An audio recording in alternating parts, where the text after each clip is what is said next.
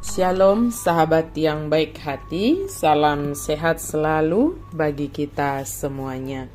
Marilah kita bersatu di dalam doa. Kasih karunia dan damai sejahtera dari Allah Bapa dan dari anaknya Tuhan Yesus Kristus kiranya menyertai kamu sekalian. Amin.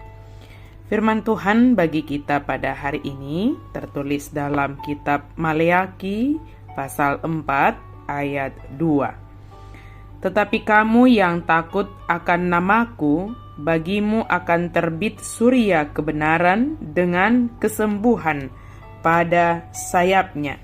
Kamu akan keluar dan berjingkrak-jingkrak seperti anak lembu lepas kandang. Alai bisarma anggodihamu akan nama kabiari guarhu mata niari ni hati goran mardongan hahisaron dilinggum ni habongna gaberuar mahamu jala panihal nihalon songon anak ni lobbu akan naruar sian bara. Kamu yang takut akan Tuhan, bagimu akan terbit surya kebenaran. Pada hari Tuhan, murka Allah terhadap orang-orang fasik akan menyala seperti perapian. Tetapi dia akan seperti kehangatan matahari yang menyembuhkan bagi orang-orang yang mengasihi dan menaati serta takut akan Tuhan. Yohanes Pembaptis menubuatkan bahwa dengan kedatangan Yesus, fajar akan muncul bersama sinar untuk menerangi orang-orang yang hidup dalam kegelapan dosa. Di Yesaya 60 ayat 20 dan Wahyu 21 ayat 23 sampai 24, kita mengetahui bahwa cahaya tidak diperlukan di kota kudus Allah, karena Allah sendiri yang akan merupakan terang dan cahaya yang utama. Ayat-ayat terakhir dalam perjanjian lama ini merupakan pengharapan. Bagaimanapun kelihatannya kehidupan sekarang ini, Allah mengendalikannya dan mengendalikan masa depan, waktu, dan segala sesuatu akan dibuat menjadi benar. Kita yang mengasihi, yang takut akan Allah, yang melayani Allah, menantikan perayaan yang penuh sukacita tersebut. Pengharapan akan masa depan ini menjadi milik kita bila kita mempercayakan hidup kita kepada Allah.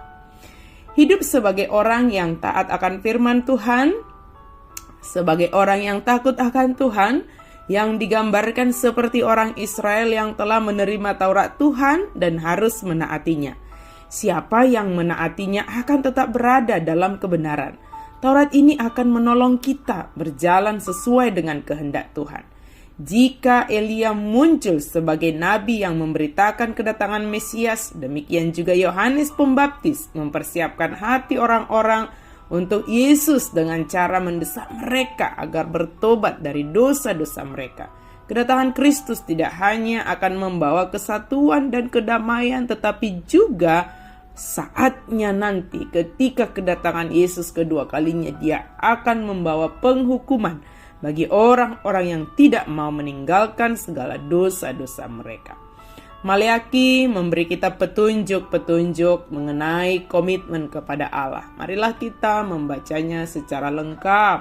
Kitab Maleaki ini, bahwa Allah patut memperoleh yang terbaik dari kita. Kita harus bersedia mengubah cara-cara hidup kita yang tidak benar.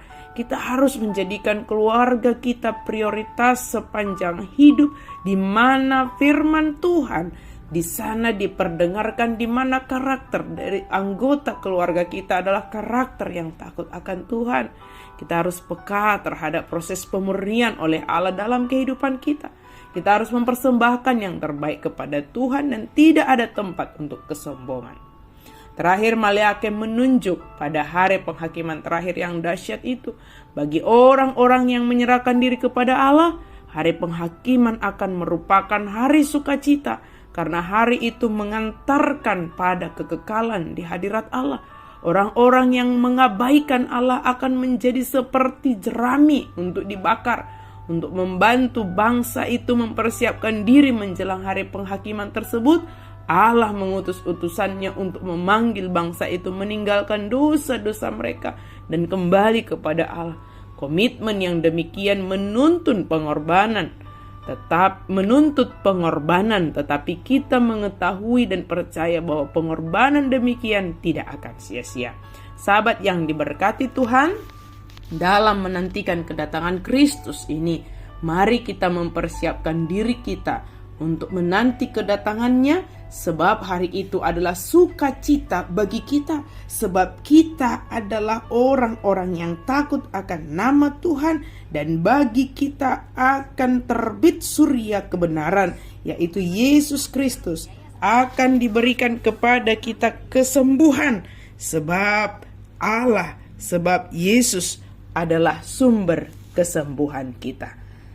Diberkatilah kita semua dan dibentuklah kita untuk menjadi orang-orang yang senantiasa takut akan Tuhan dan senantiasa melakukan apa yang diperintahkannya.